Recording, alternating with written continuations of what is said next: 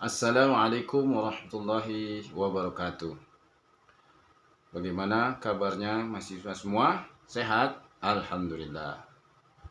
Untuk mengambil keberkahan dalam pertemuan kita kali ini, mari kita mulai dengan membacakan Ummul Quran, berselawat dan berdoa. Al-Fatihah. A'udzubillahi minasyaitonirrajim. Bismillahirrahmanirrahim. Alhamdulillahi rabbil alamin, arrahmanir rahim, maliki yaumiddin.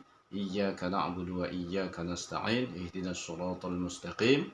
Shiratal ladzina an'amta 'alaihim ghairil maghdubi 'alaihim waladdallin. Amin. Allahumma shalli ala sayyidina Muhammad wa ala ali sayyidina Muhammad. Allahumma zidna ilma warzuqna fahma wa amalan salihah wa atina hikmah. Allahumma faqihna fid din wa 'allimna ta'wil. Amin ya Allah ya Rahman ya Rahim ya Rabbal Alamin. Baiklah, dalam pertemuan ketiga kali ini kita akan membahas tentang faktor yang mempengaruhi perkembangan fisik dan psikomotor.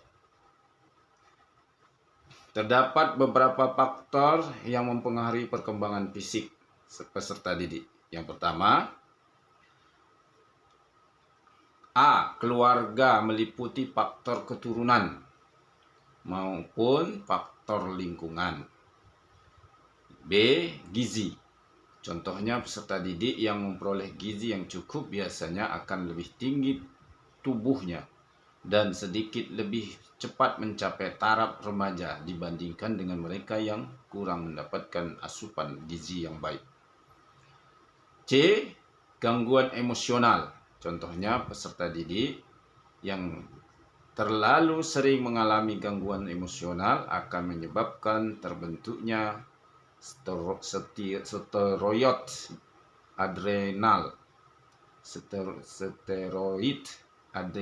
adrenal yang berlebihan, dan ini akan membawa akibat berkurangnya pembentukan hormon pertumbuhan kelenjar arvituitari.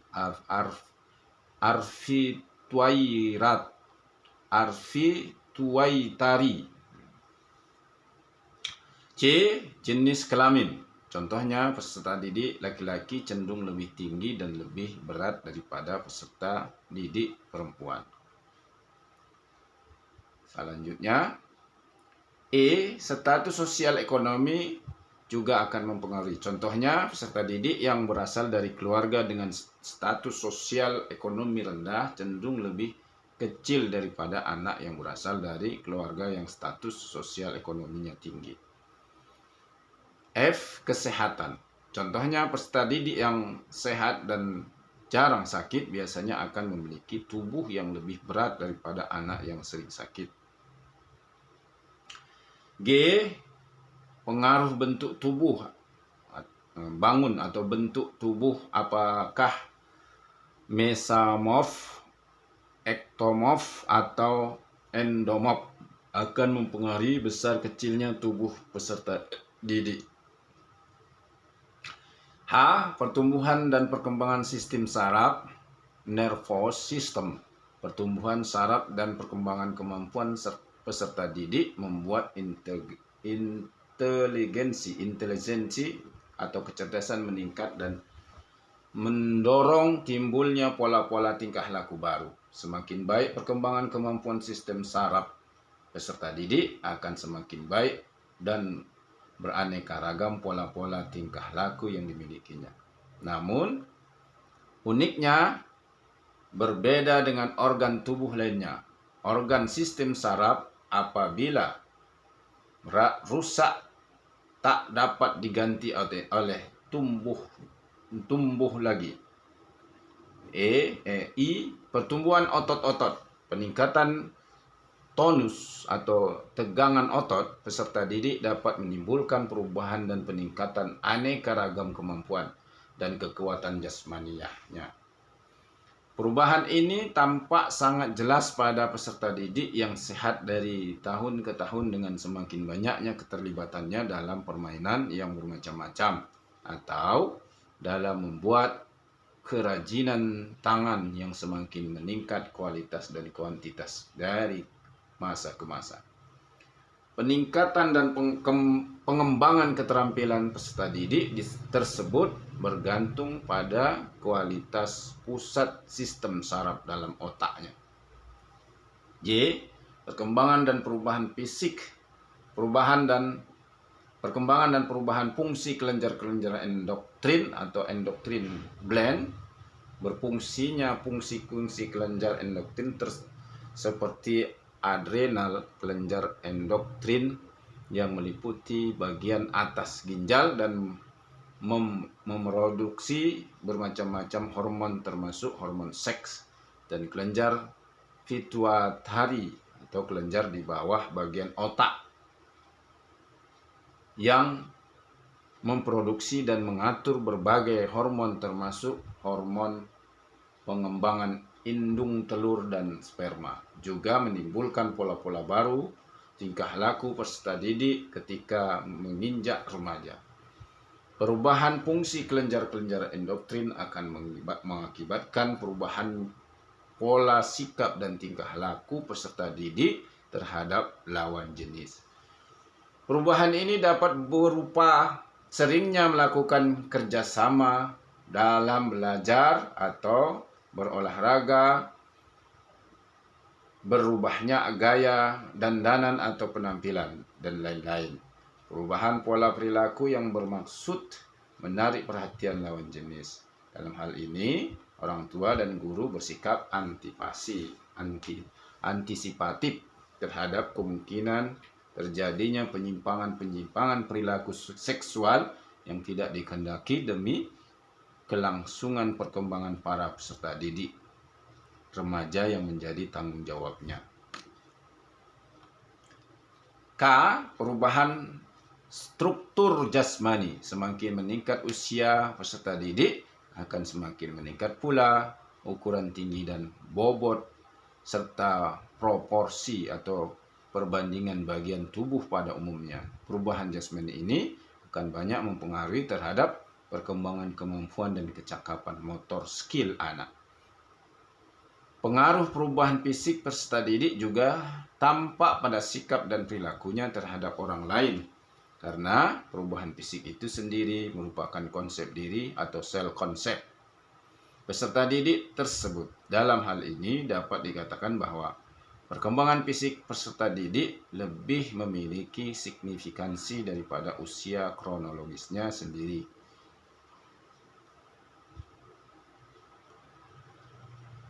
Kita lanjut. Sementara adapun faktor-faktor yang mempengaruhi perkembangan psikomotorik, baik yang menghambat dan mendukung peningkatan potensi kemampuan psikomotorik peserta didik adalah sebagai berikut. Yang pertama, yaitu faktor pola asuh orang tua. Nah, ini harus diperhatikan ya. Satu saat kalian akan menjadi orang tua. Contohnya pada pola asuh otoriter dapat menghambat perkembangan psikomotorik saat orang tua menerapkan pola asuh terlalu otoriter ataupun terlalu memaksa. Karena karakteristik seseorang anak sangat sensitif, apalagi setiap anak tidak dapat secara langsung dioptimalkan secara cepat, dengan kata lain memaksakan kemampuan dengan waktu yang singkat. Apabila orang tua memaksakan peningkatan potensi perkembangan psikomotorik anak, kebanyakan malah menyebabkan gangguan mental terhadap anak tersebut. Biasanya anak akan cenderung merasa canggung, merasa serba salah, tidak percaya pada diri sendiri, dan merasa tertekan. Kedua, gen dari orang tua. Gen dari orang tua juga bisa menjadi penghambat dalam upaya meningkatkan kemampuan psikomotorik anak. Apabila orang tua mempunyai pembawaan sifat gen yang unggul, maka perkembangan psikomotorik peserta didik akan lancar, begitupun sebaliknya. 3. Pengaruh lingkungan. Nah, ini juga berpengaruh. Pengaruh lingkungan ini biasa berasal dari keluarga, sekolah, maupun lingkungan bermain. Tapi lingkungan di rumah atau keluarga ini lebih banyak pengaruhnya daripada lingkungan sekolah. Karena di sekolah hanya beberapa jam saja, sedangkan di lingkungan masyarakat atau di lingkungan keluarga ini lebih banyak berkecimpung anak tersebut, sehingga lebih besar mempengaruhi psikomotoriknya. Interior ruang belajar. Menjelaskan bahwa kebiasaan mental yang keempat, interior ruang belajar. Menjelaskan bahwa kebiasaan mental dan sikap perilaku seseorang dipengaruhi oleh lingkungan fisiknya. Adapun lingkungan fisik hunian atau bangunan, ruang interior serta segala perabotan dan sebagainya. Perkembangan fisik dan psikomotorik yang bagus menjadi harapan kita bersama. Bukan hanya peserta didik yang ditekankan bagus perkembangan fisik dan psikomotoriknya, mereka namun juga guru sendiri tidak boleh lalai menjaga kebugaran dan kesehatannya. Kita berlanjut kepada yang D, yaitu implikasi perkembangan fisik dan psikomotor peserta didik dalam pembelajaran. Ini yang sangat penting. Peran guru sangat penting dalam membantu peserta didik untuk mengoptimalkan perkembangan fisik dan psikomotornya. Begitu pentingnya peran guru dalam pembelajaran sehingga muncul kesepakatan bahwa guru adalah pahlawan bangsa. Letak masa depan bangsa berada di tangan guru. Jawaban tentang pernyataan karakter yang seperti apa yang harus dimiliki oleh seorang guru tentunya berbeda-beda tiap orang. Maka ada prinsip di fakultas kita, jadilah guru, jangan guru pun jadi. Jadi kalau jadilah guru itu panggilan hati nurani untuk menjadi guru. Sedangkan guru pun jadi itu berarti dia tidak punya pekerjaan lain kecuali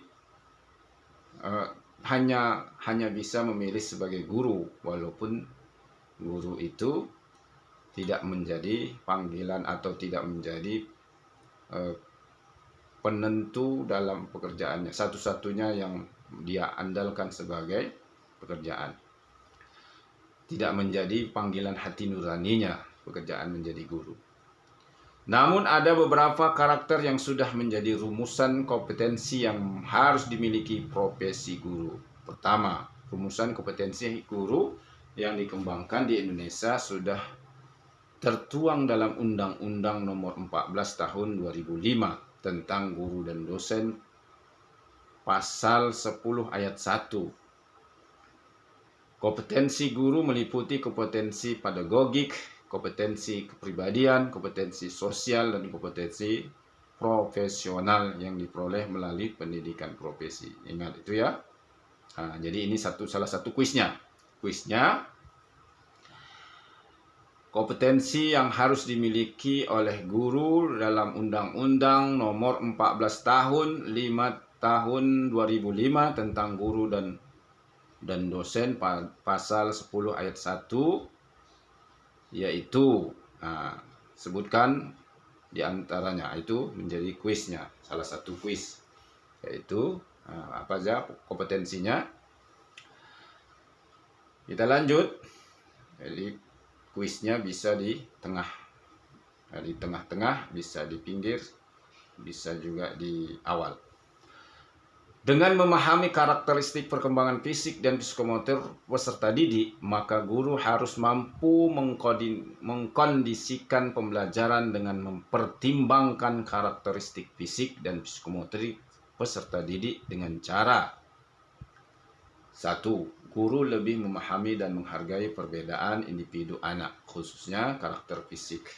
Misalnya anak yang tinggi dan pendek, gemuk dan kurus, dan lain-lain, semua harus mendapat tempat yang benar dalam hati guru dan mendapat perlakuan yang sama. Jangan membeda-bedakannya.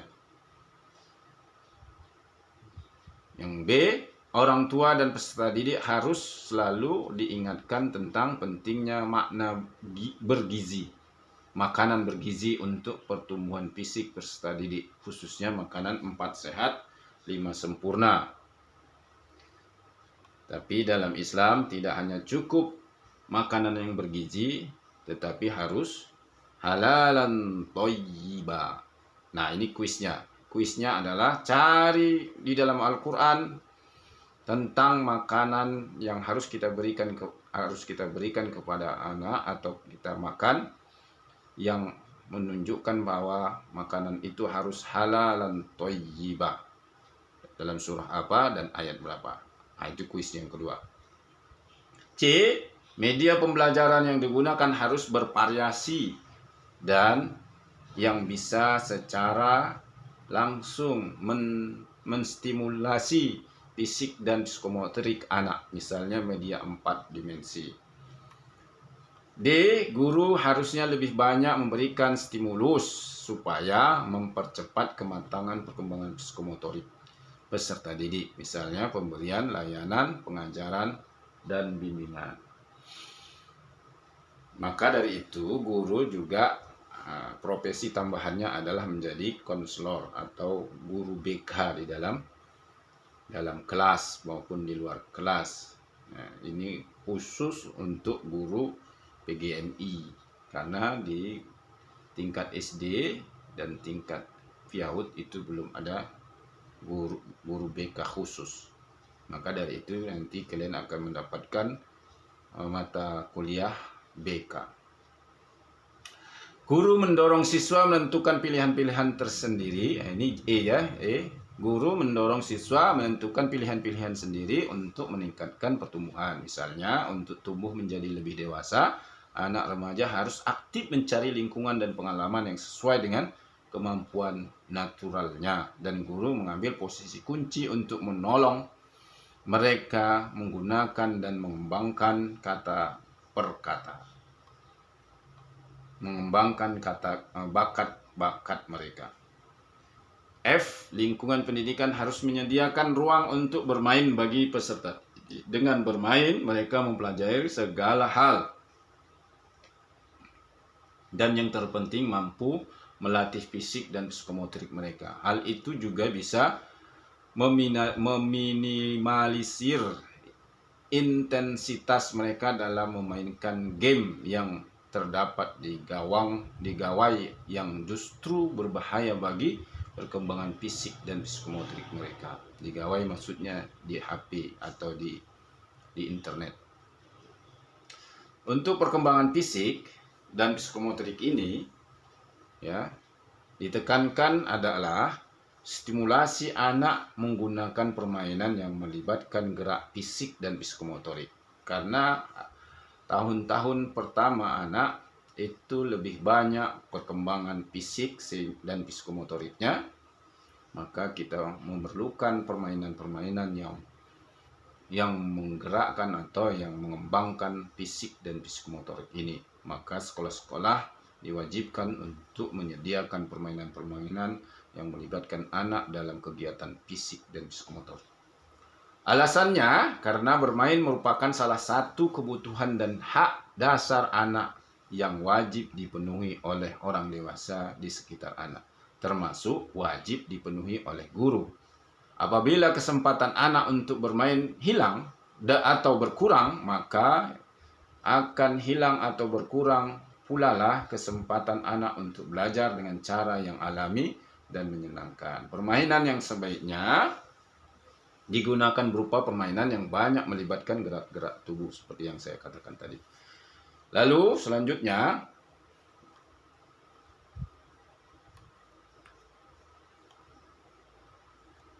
pemahaman terhadap perkembangan fisik dan psikomotorik peserta didik